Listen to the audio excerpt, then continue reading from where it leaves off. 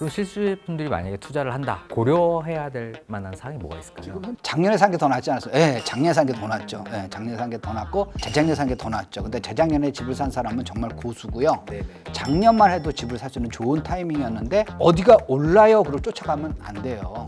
그러면 이제 이미 늦었어요. 그러니까 수도권에서 아직은 덜 오른 데는 찬스가 지금도 있거든요. 예. 저희가 이제 전문가분들 모시면 항상 질문 드리는 게 있어요. 네. 그래서 지금이 집 살 타이밍인가요? 사야죠. 아, 지금이 네. 살 시기다. 사야 하는데 네네. 작년에 산 게 더 낫지 않았어요? 예, 작년에 산 게 더 낫죠. 예, 작년에 산 게 더 낫고 재작년에 산 게 더 낫죠. 근데 재작년에 집을 산 사람은 정말 고수고요. 네네. 작년만 해도 집을 살 수 있는 좋은 타이밍이었는데 주춤하는 거죠. 주춤한 이유는 뭐냐면은 내가 이게 평생 모은 소중한 돈인데 이거 샀다가 떨어지면 어떡해. 이런 두려움 때문에 이제 못 사는 거거든요. 그래서 상반기까지는 괜찮은데 지금 하반기에 집값이 이렇게 올랐는데 내가 추격 매수를 할 것인가? 이건 이제 본인들이 좀 생각을 좀 하셔야 돼요. 그래서 사실 보면 추격 매수라는 측면에서 보면은 쉬운 건 아니죠. 쉬운 건 아닌데 기본적으로 무주택자다 아니면은 나는 이제 갈아타기 할 1주택자다 그러면은 이번 타이밍이 아니더라도 그러니까 집값이 오를 때 사지 말고 집값이 떨어질 때 사야 되거든요. 근데 누누이 말씀드려도 오를 때만 막 이제 관심이 갖고 계시는 거예요. 그러다 떨어지면은 집값 떨어지는데 왜 사? 이제 이렇게 말씀하시는 거예요. 쌀 때 사고 비쌀 때 팔라고요. 그러면 그게 수익이 크다고요. 이렇게 말씀드려도 그때 가면 안 들으세요. 네, 그리고 요즘에 보면 서울 부동산 시장에 금매는 거의 다 들어가는 없어요. 상황이더라고요. 네.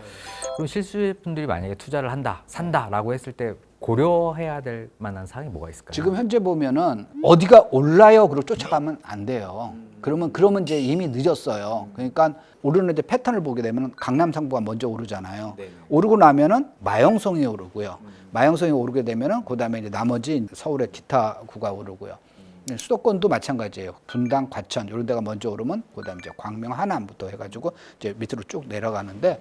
그럼 내가 이번 타이밍 놓쳤어. 그러면 그 다음 타이밍이 어디가 될 건가를 이제 생각을 해가지고 남보다 일찍 사셔야 되는데 그렇게 말씀드리면은 사람이 불안하거든요. 여기 막 오르는데 여기는 안 오르고 있거든요. 아, 여기 이거 사가지고 오르겠어요?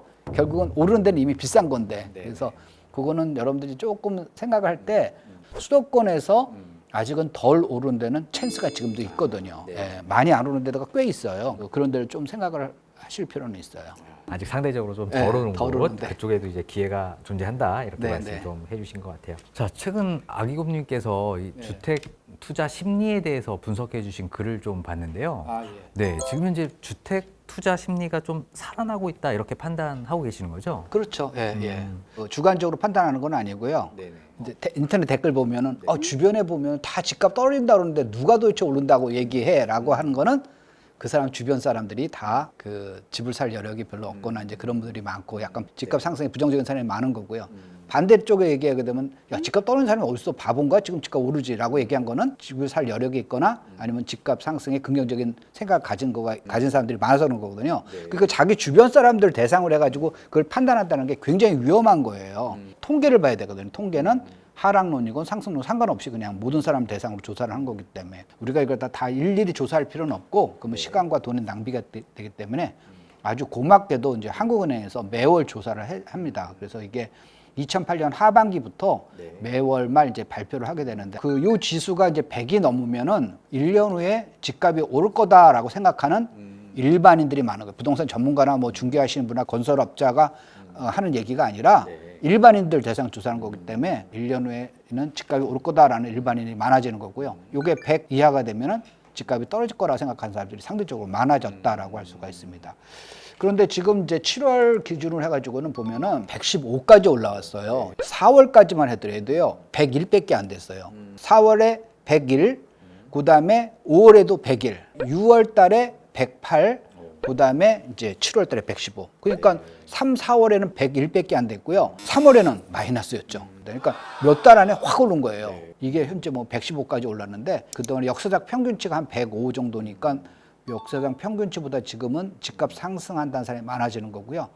절대치로 보게 되면 이제 110 이상이면은 확실히 이제 상승을 한다라고 보는 거고, 요게 120 이상이면 폭등 수준이라 생각하시면 되겠습니다. 그래서 역사상 120 넘은 게 많지가 않은데, 그러니까 이번 달이죠. 8월 지수, 8월 발표분 같은 경우는 이게 120이 되지 않을까라고 저는 보는 거죠. 이렇게 뭐 한 몇 개월 만에 시장 심리가 이렇게 확 달라진 거죠. 달라진 예. 이유가 있나요?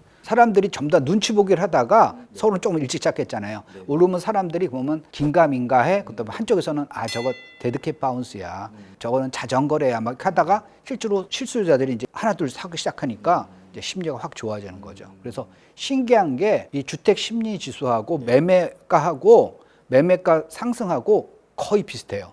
한 달 길어야 두 달 이렇게 올라가면 이렇게 떨릴 때도 이렇게 선행지수예요.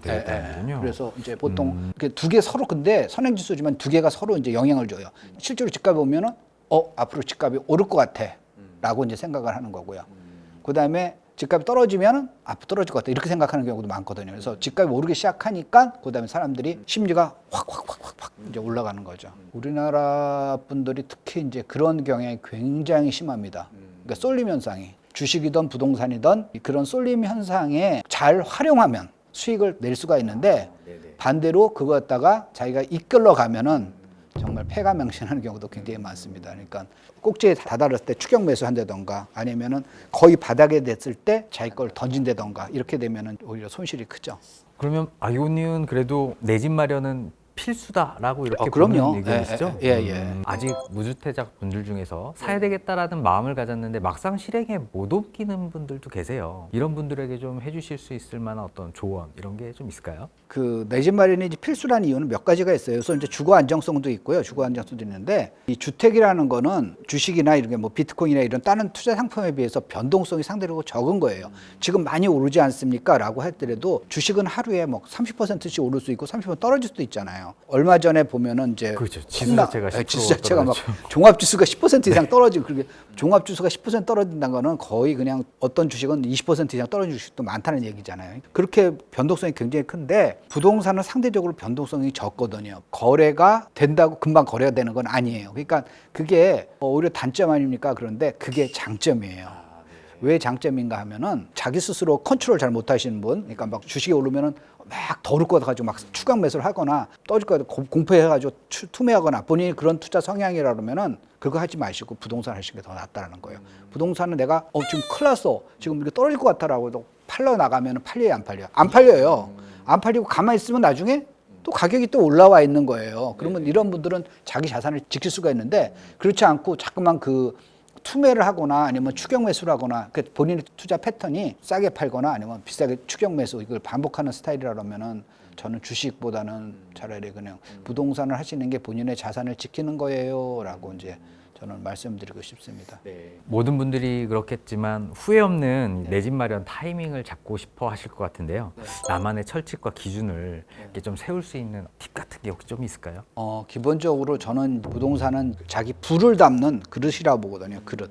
어떤 분이 현금을 갖다가 이제 50억을 갖고 있어요. 우리가 은행에다가 맡기면은 5천만 원까지 우리가 예금자 보호를 해주잖아요. 그러면 사실 보면은 그걸 갖다가 100개 은행에다가 이렇게 분산해서 투자를 해야지만 내가 보호받을 수가 있죠. 그런데 지금 현재 보면은 우리나라 은행이 100개도 없기 때문에 그게 이제 현실적으로 어렵습니다. 그래서 사람들이 이제 부동산이라는 이제 좋은 제도를 좋은 걸 활용하는 거죠. 집을 사게 되면은 집 자체가 없어지진 않잖아요.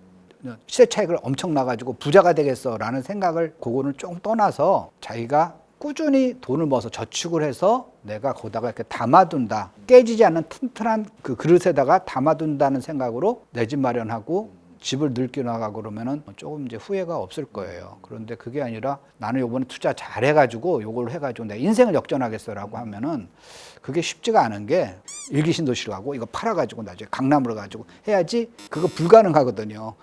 내 거 오를 때 다른 건 안 오르나 같이 오르기 때문에 그는 불가능한 얘기고 지금 현재 보면 자기가 하면서 저축을 해서 더 큰 거 이제 이런 식으로 이제 갈아타기를 해야 되거든요. 그 변동성이 너무 크지 않은 그런 튼튼한 그릇이 바로 부동산이기 때문에 너무 조바심 낼 필요 없고요.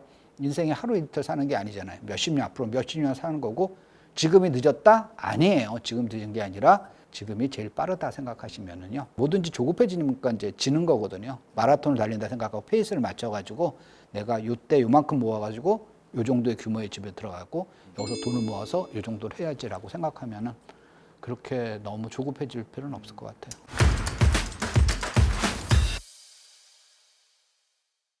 자, 지금 뭐 미분양 얘기도 한번 드려봐야 될 것 같은데요. 네. 지방 미분양은 여전히 늘어나지만 네. 또 한편으로는 서울 미분양은 다 이제 완판되는 수준인 것 같아요. 분양 시장 분위기 뭐 어떻게 보시고 앞으로 또 어떻게 흘러갈까요? 미분양은 그냥 그 주택 시장을 그냥 반영하는 거울이라고 보시면 되겠어요. 미분양이 왜 미분양이 났냐면 입지에 비해서 가격이 비쌌기 때문에 그런 거거든요. 또 가격에 비해서 입지가 떨어지던 거야. 그러니까 안 팔렸던 거예요. 근데 그게 팔리는 이유는 뭐냐면은 미분양을 사는 사람 입장에서 보면은 지금 분양가는 굉장히 올라갔지 않습니까? 근데 미분양은 옛날에 싸게 분양한 거잖아요. 미분양이 됐을 당시에 그러니까 몇 년 전 가격으로 보면 입지에 비해서 가격이 비쌌지만 지금 새로 짓는 거에 비하면 싼 거거든요. 공사비 올라서. 그래서 이제 그게 소화가 되는 거거든요. 그 지역의 주택 수요가 늘어나면은 미분양이 빠르게 해소가 되고 그 지역의 주택 수요가 줄면은 미분양이 오히려 늘어나는 그런 현상이 벌어지기 때문에 그 어떤 지역의 미분양이 흐름을 보면은 이제 그 주택 시장의 상황을 갖다가 이제 바로 파악할 수가 있거든요. 그런 측면에서 보면 이제 수도권 같은 경우는 미분양이 점점 줄어드는 이제 형태고 지방 같은 경우는 아직도 조금 소화가 되려면 조금 멀었죠. 그럼 아기곰님은 내 집 마련을 위해서 청약 도전 여전히 유효하다라고 보시나요? 새 아파트를 얻을 수 있는 좋은 툴이니까 청약도 계속 그 트라이를 하시는 건 좋은데 거기에다만 목을 메고 계시면 곤란해요. 첫 번째는 뭐냐면은 아까 말씀드린 공급이 줄고 있잖아요. 공급이 주는 이유는 거주사들이 집을 안 짓잖아요. 네. 안 짓는 거는 그 사람들이 배가 불러서 안 짓는 게 아니라 자금 조달도 어렵고 지금 현재로 지을 수 없는 상황이기 때문에 지금 현재 보면은 공급이 앞으로 몇 년간 줄어들기 때문에 청약 기회가 그만큼 줄어든다는 얘기죠. 그래서 나는 계속 난 청약만 할 거라고 했는데 5년 후에 당첨이 되거나 10년 후에 당첨된 거는 그런 의미가 없는 거죠. 그때 가면 가격이 엄청 올랐을 테니까 그럴 때는 싼 구축, 기축도 본인이 이 정도는 가격은 괜찮다라면 기축을 사는 것도 괜찮아요. 청약에만 목을 매는 거는 그는 좋은 방법이 아니다. 그럼 어떤 점을 위해서 좀 구축을 고르면 될까요? 부동산은 입지죠. 입지. 그 제가 한 말은 아니고 옛날부터 나오면서 첫째도 입지, 부동산 첫째도 입지, 두 번째도 입지, 세 번째도 입지예요. 로케이션. 네. 그러니까 그 미국 사람도 같은 그 얘기를 해요. 부동산 하시는 분은 이제 그 얘기를 하거든요. 그래 입지 좋은 건 알겠는데 뭐가 입지야? 뭐 초등학교를 포함한 초품화가 좋은 거야? 뭐가 좋은 거야? 이제 다 하게 되면은 아무것도 없는 상태, 제로 상태에서 왜 집값이 오르는 데가 있고 집값이 오르지 않은 데가 있는가, 그걸 제가 이제 원리를 좀 말씀드리면요. 어떤 좋은 직장이 있어요. 그러니까 A라는 직장은 연봉이 평균 연봉이 1억이에요. B라는 직장은 평균 연봉이 한 2천만 원밖에 안 되는 직장이고요.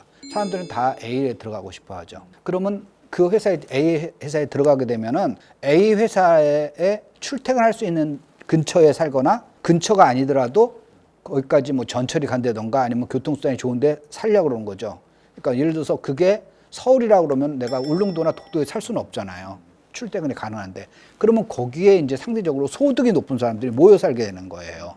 그러면은 소득이 많은 사람들은 자기 생활비를 쓰고 남는 돈을 갖고 집을 살 수가 여력이 있는 거죠. 근데 아까 연봉이 2천만 원밖에 안 되는 같은 경우는 그거 생활비도 안 되는 거거든요. 그러니까 투잡을 뛰거나 막 이렇게 해야 되는 거예요. 그러니까 이분들은 똑같은 일자리를 하더라도 거기 그런 데는 자기 생활비를 쓰고 나서 여유자금이 모일 수가 없는 거죠. 그러니까 이 사람들이 집을 살 여력이 적은 겁니다. 그래서 가장 좋은 거는 뭐냐면 아까 일자리가 많은데 고급 일자리, 양질의 일자리가 많은데 근처가 집값이 오를 수밖에 없는 그런 구조적인 문제가 있다는 겁니다. 그리고 거기에 돈 있는 사람들이 잠깐 몰리는 거거든요. 양질의 수요가 이제 몰리게 되기 때문에 주택 수요가 몰리기 때문에 그런 데가 이제 오른 거죠. 그러면 그런 데가 어디 있습니까? 그런 건 이제 과거 자료를 좀 알려면 이제 통계청에서 다 공개해요. 쫙 나오고 지방도 다 나오고요. 그러니까 그런 자료는 여러분들이 통계청 들어서 이제 찾아보시면 되는 거고요. 그런데 통계청은 이제 과거 거를 이렇게 집계하는 게 통계잖아요. 그럼 미래는 어떻게 하냐면은 그거는 이제 본인들이 좀 조사를 하셔야죠. 거기서 보면은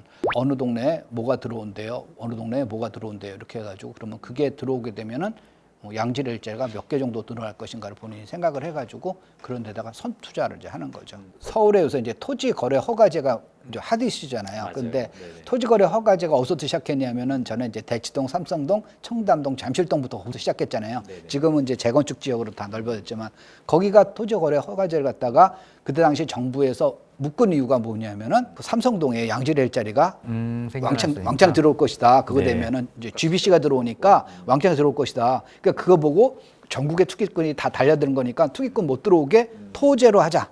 토지거래 하자. 이렇게 묶은 거잖아요. 그러니까 정부도 그걸 다 그 원리를 다 알아요. 모두가 알고 있는데 그걸 딱 그렇게 얘기하게 되면은 이제 투기가 발생하는 거니까.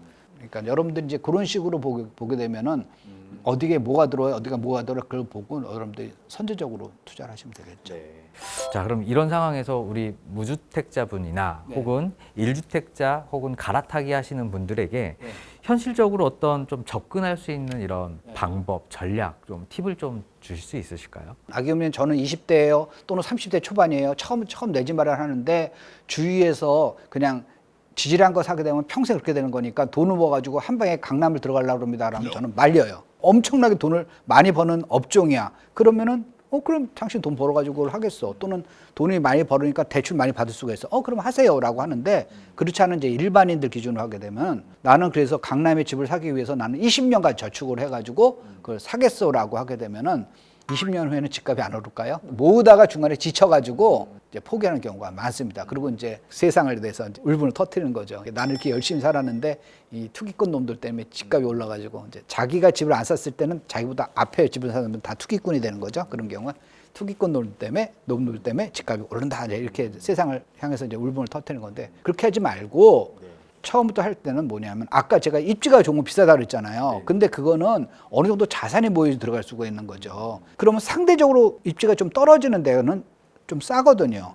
거기서부터도 스타트를 하는 거죠. 그걸 사고 그다음에 나중에 또 저축을 해가지고 모아서 다시. 또 합해가지고 이게 오를 거 아니에요. 내가 2억짜리를 샀어, 그러면 이제 3억이 됐어. 그럼 내가 그동안에 또 2억을 모았어, 그럼 합해가지고 5억짜리를 사는 거고요. 돈이 더 적게 모였으면 일부 대출을 받고, 대출이라는 거는 자기가 갚아 나갈 수 있는, 감당할 수 있는 수준 내에서 그렇게 해가지고 이런 식으로 해서 계속 오르면은 또 사고, 저기 더 모은 거 갖고 하고, 또 오르면은 이런 식으로 해가지고 조금씩. 그래서 마치 우리 소라게 이렇게 메고되는 개가 어느 정도 몸집이 커지면은 더 큰 소라로 갈아타잖아요. 근데 어떤 소라가 욕심이 엄청 많아가지고 이따만한 소라를 내가 어차피 내가 몸이 나중엔 클 건데 이거 먼저 내가 선찜하자라고 하게 되면은 그 다음날 이제 그 소라게는 그 소라에 깔려서 죽었다는 이제 뉴스가 나오겠죠. 용궁 뉴스 이래가지고.